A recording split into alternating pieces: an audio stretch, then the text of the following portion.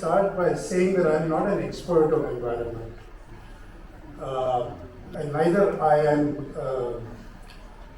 an expert on the larger aspects of sustainability. I am a hardcore hotelier, and after 50 years of practicing hoteliering, somewhere down the line I realized, along with some other colleagues and friends, that tourism and the hotel industry were high consumers of energy and high producers of pollutants. And what could we do in the industry to bring about a change and sustainable practices and make a difference? Now, I'd like to begin by saying that at the ground level, if you want to bring about change, there is no rocket science involved. First and foremost, when I walked in here this morning, and you will notice that I have buttoned my shirt button at the top, is because I'm feeling cold. Now, the question here is, how much extra energy are we wasting by not bringing the temperature of this room down to a bearable level? And that is about responsible sustainability. I think at every point, every little thing that we do, we have to realize that any action of ours in the hospitality and tourism industry can bring about a change if we think about all these things at the ground level. The second thing I noticed, and I would like to apologize for raising it, are these plastic folders. Could we have done something else? These colorful yellow and green plastic folders. As it is, plastic is becoming a real big problem to mankind. So I think these are two small things I just wanted to point out before beginning. And one of the few things that I want to say is, and we've got young minds, young students sitting here, is that a lot of this requires a change in mindset.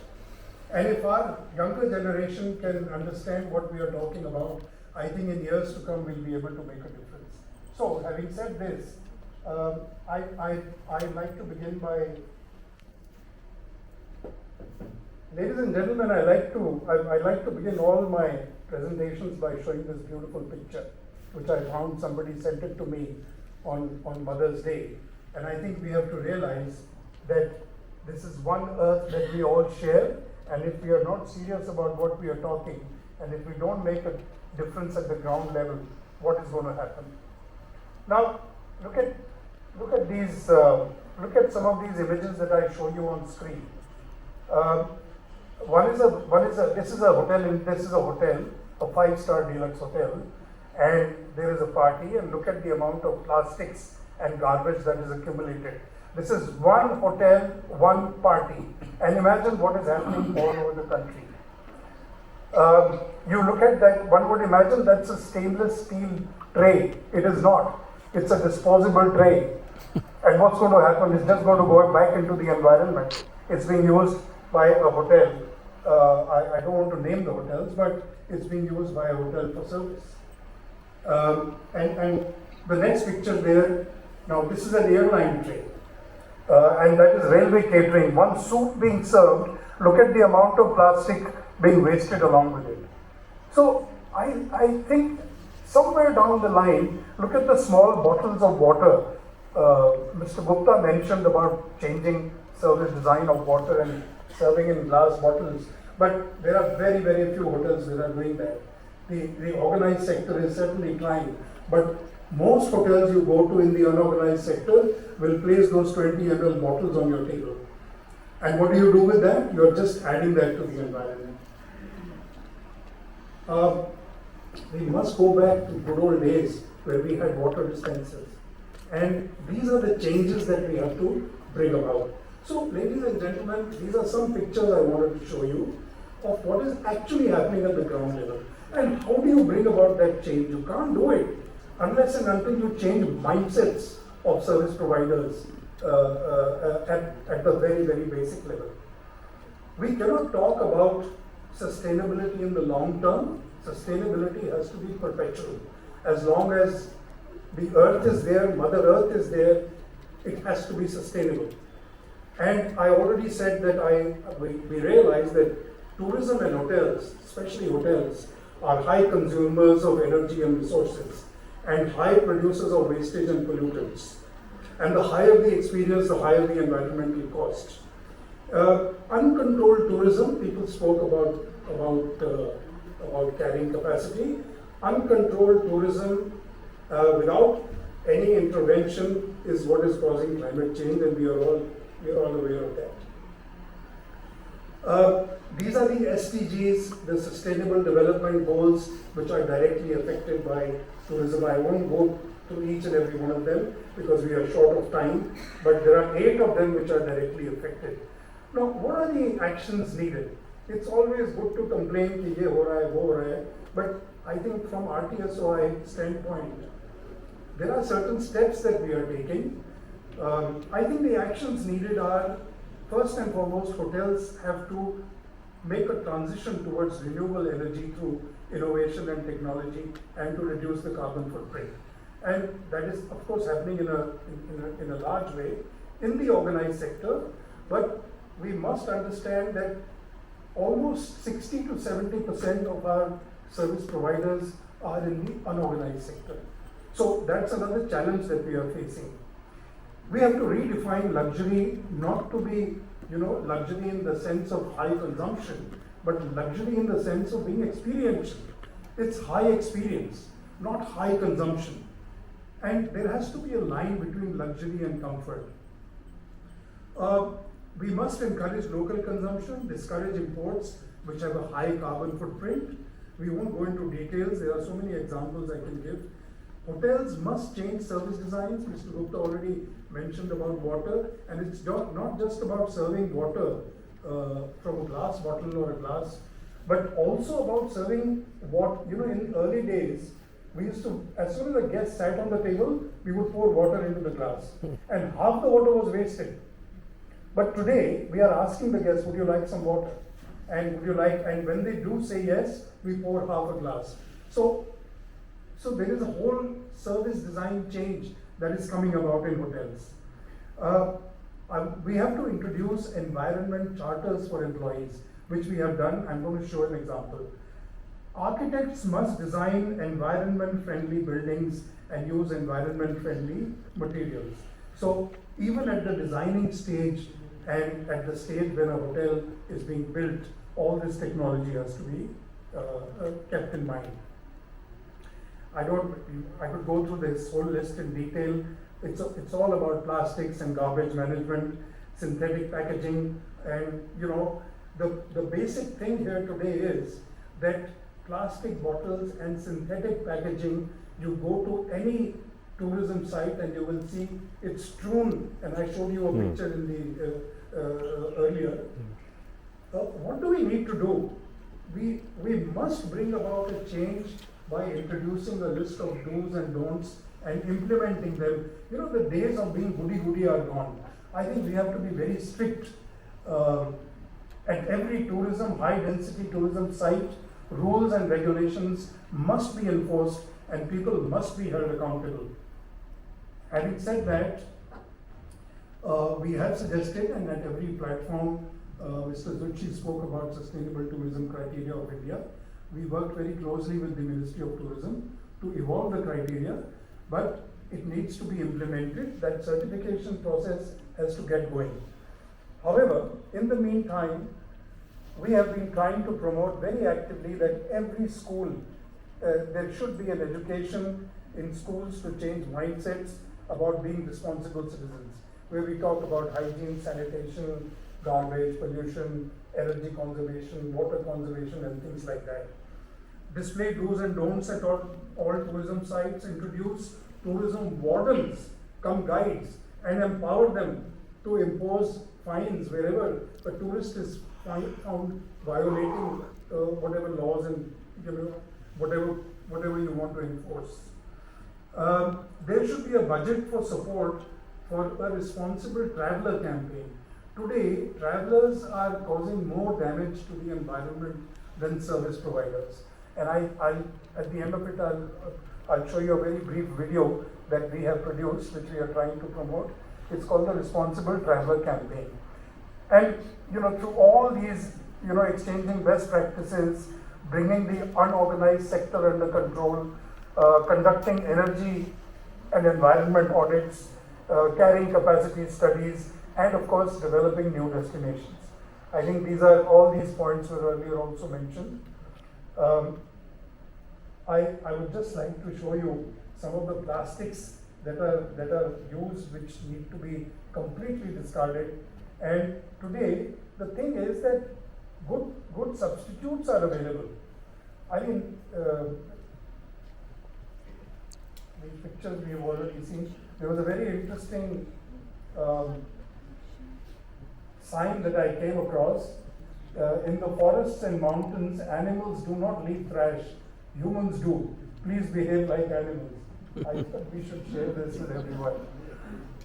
Today, substitutes are available.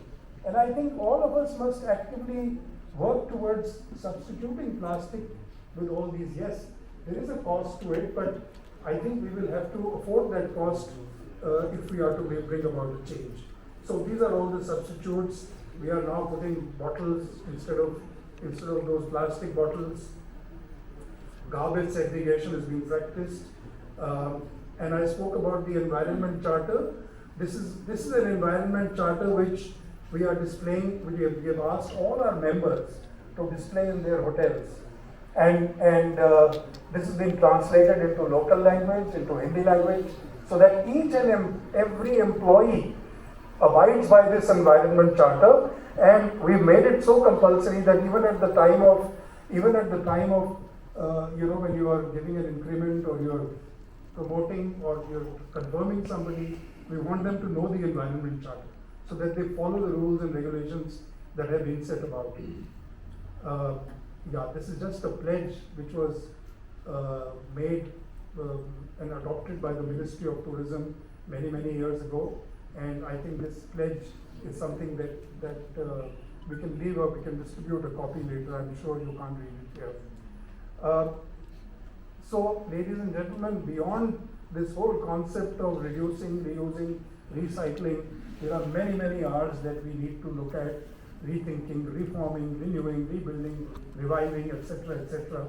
And as various people have said, and I find there are these 2 or 3 statements which were made by this gentleman, Mr. Hubert Reeves.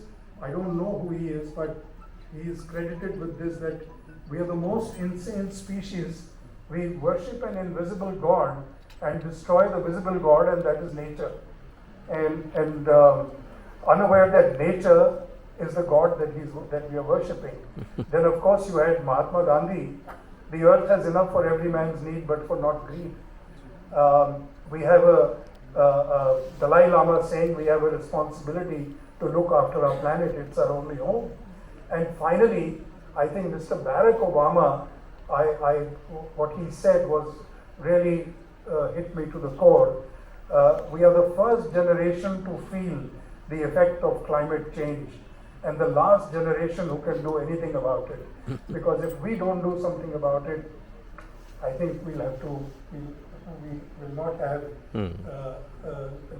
very many years to survive. I think with this I'd like to close, and if we show that, I just want to show you a small clip of a responsible traveler campaign. It will take half a minute.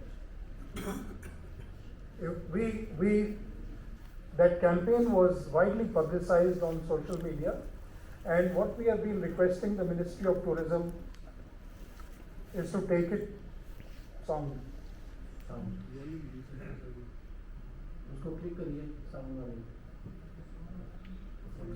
What we've been requesting the Ministry of, can you just click the sound please?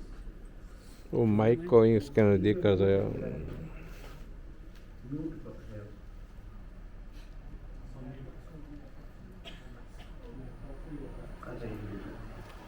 We've been requesting the Ministry of Tourism. These were small clips made called the Responsible Traveller Campaign. Aimed at the traveller. Hello नमस्कार आदाब, मैं अब्दुल अजीज और आपसे बात करने आया हूँ responsible tourism के बारे में. रिस्पॉन्सिबल टूरिज्म वो होता है जब कोई टूरिस्ट बन के कहीं पर भी जाता है छुट्टी पर, तो वो एहतियात ये करते हैं कि वहाँ की फ़िज़ा ख़राब ना करें। यानी कि अगर आप सब्जी पिकनिक पर चले गए, आप कचरा कूड़ा प्लास्टिक बॉटल्स वगैरह आप ऐसे नहीं फेंकेंगे, आप उसे बिल्कुल संभाल के कोई डस्टबिन में और कोई ऐसी जगह में रोज़ उसको छोड़ देंगे, ताकि वहाँ की फ़िज़ा, वहाँ का एनवायरनमेंट ख़राब हो। ये ग्लोबल मूवमेंट शुरू हुआ है, I am a responsible traveller. आप जानना चाहते हैं इसके बारे में, तो हैशटैग है I am a responsible traveller, आप उस पर जाइए और ज्वाइन कीजिए, और इसके ज़रिए आप हमारी दुनिया, हमारी फ़िज़ा को एक बहुत ही खूबसूरत और खुशगवार दुनिया बनाइए, ताकि आने वाली पीढ़ियाँ भी उसका लुत्फ़ उठा सकें। So these were couple of friends who did it for us. They were opinion leaders or celebrities. But what we have been requesting is that the Ministry of Tourism should make these and take these at the national level in national media. We were only able to promote this on social media, but if you take it to the national level, it will make a lot of difference to bring about a change in the mindsets of people that I am talking about. Thank you very much. Thank you, Rakesh Mathur ji, for a very deep insight into the sustainability and responsibility. In fact, the best takeaways which I have drawn from your address is that there is a relation between sustainability and responsibility.